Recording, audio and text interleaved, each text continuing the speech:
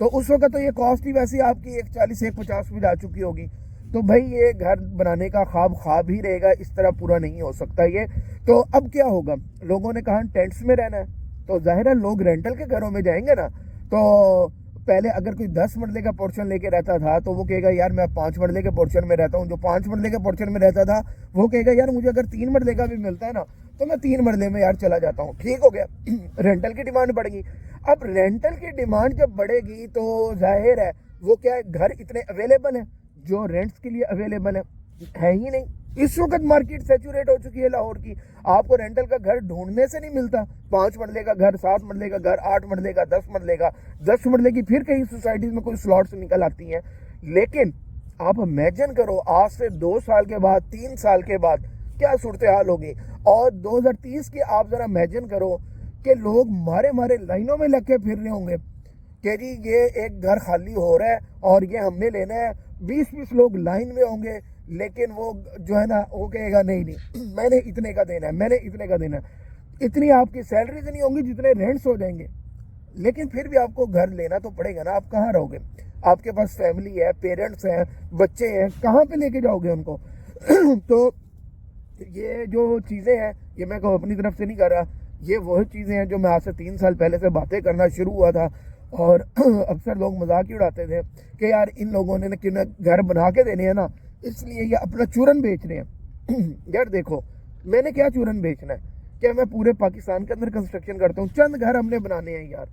ہر سال جو لاکھوں گھروں کی ڈیمانڈ ہے کیا وہ میں نے بنانے ہیں؟ میں میکسیمم 20 گھر بنا لوں گا, 30 گھر بنا لوں گا, 40 گھر بنا لوں گا, باقی تو کوئی اور ہی بنائے گا نا. لیکن میرا خیال ہے کہ پاکستانیوں کو سمجھ نہیں آئی. اور دوسری یہ کہ ایک تو سمجھ نہیں آتی, دوسری اپروچ بھی ان کی بہت زیادہ غلط ہے. اب چند دن کی پہلے کی بات ہے کہ ایک صاحب ہے بحریہ ٹاؤن کے اندر, انہوں نے اپنا ایک گھر بنانے کا پلان کیا. پلاٹ انہوں نے بڑے سستے وقتوں میں قسطوں پہ لے لیا تھا. ٹھیک ہے, کوئی میرا خیال ہے 15-20 لاکھ کا ان کو پلاٹ مل گیا تھا چند سال پہلے, اور آج وہی پلاٹ 60-65 لاکھ کا تھا. تو وہ انہوں نے کہا کہ جی یہ میں نے بنانا ہے. تو ہم نے بتایا کہ یہ اتنی کاسٹ آ جائے گی. تو وہ پہلے تو کہتے ہیں نہیں یہ تو بہت زیادہ کاسٹ ہے, یہ کیا. میں تو اچھا میں نے کہا آپ کرتے کیا؟ کہتے نہیں میں ریٹائر ہوا ہوں اور اپنے بچوں کے لیے بنانا ہے. ایک ان کا بیٹا ہے, ایک بیٹی, اور میرے سامنے وہ بیٹھے ہوئے ماشاءاللہ جوان بچے بے روزگار ہیں. ٹھیک ہے, اور باپ کہہ رہا ہے جی میں نے ریٹائرمنٹ کے پیسوں سے ان کو گھر بنا کے دینا ہے. اور باپ کی اپروچ آگے سے چیک کرو کیا ہے. وہ کہتا ہے کہ جی یہ جو ٹاپ فلور ہے نا, جو روف ٹاپ ہے, اس کے اوپر میں نے باربیکیو, وہ ڈیزائن لے کے آیا کہ نا میں نے یہ باربیکیو ایریا بنانا ہے, بڑا لیوش قسم کا باربیکیو ایریا. وہ میں نے کہا 5 مرلے کا گھر پوری زندگی لگا کے آپ نے ایک پلاٹ بنایا, اور آپ اس کا جو ہے نا مسے مر کے A+ آپ بنا سکتے ہو جتنا آپ کا بجٹ ہے, مسے مر کے 1-10 1-15 میں آپ کا یہ بنے گا. اور آپ کہہ رہے ہو کہ میں نے یہ چونچلے بھی کرنے ہیں اس کے ساتھ. تو انہوں نے کہا جی گھر تو ایک دفعہ ہی بننا ہے نا, بچوں کی خواہش ہے. بچے کون؟ جو خود پڑھ لکھ کے باپ نے ساری زندگی پیسہ لگایا, بے روزگار بیٹھے ہوئے ہیں, اور وہ کہہ رہے ہیں جی اوپر وہ. میں نے کہا جتنے زیادہ بلز آ رہے ہیں آپ کو تو ظاہر جو ہے سولر لگانا پڑے گا. تو اتنے بلز تو وہاں پہ افورڈ نہیں ہوں گے بحریہ ٹاؤن میں. ظاہر ہے پرائیویٹ سوسائٹیز کے اندر اب تو خیر لیسکو کے اوور آلی بل بہت زیادہ آتے ہیں, تو 60-60 ہزار 70-70 ہزار بل آتا ہے ایک گھر کا. تو اس کے لیے تو ضروری ہے کہ آپ کو سولر لگانا پڑے گا. تو روف کے اوپر تو یہ سولر لگے گا کم سے کم, آن گریڈ نہیں تو آف گریڈ تو آپ لگاؤ نا.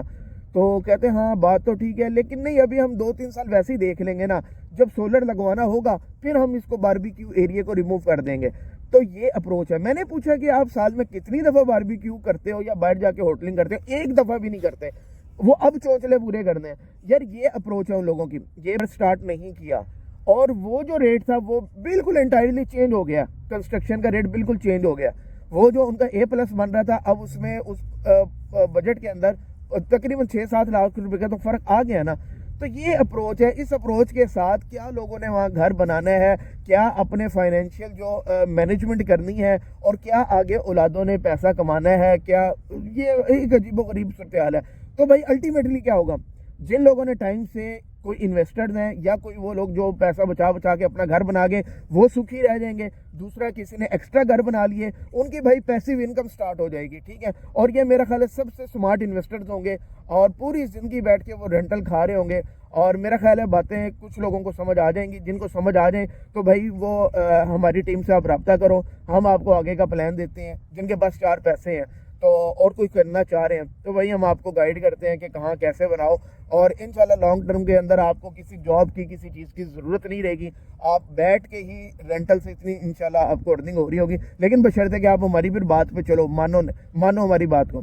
مسئلہ یہ ہے کہ جب پاکستانیوں کو آپ ایک چیز گائیڈ کرتے ہو نا, وہ آپ کو 4 باتیں اور لا کے آپ کو سمجھانا شروع کر دیتے ہیں, تو پھر ہم کہتے ہیں یار فضول انرجی ضائع کرنے والی بات ہے. لیکن جو ہماری بات مان کے چلتا ہے, کوشش کرتے ہیں کہ اپنے ایکسپیرینس سے جو چیزیں ہم نے سفر کی ہیں یا جو ہم نے دیکھی ہیں یا جو لاسز ہم نے کی ہیں, وہ ہمارا انویسٹر یا ہمارا کلائنٹ وہ چیزیں نہ کریں.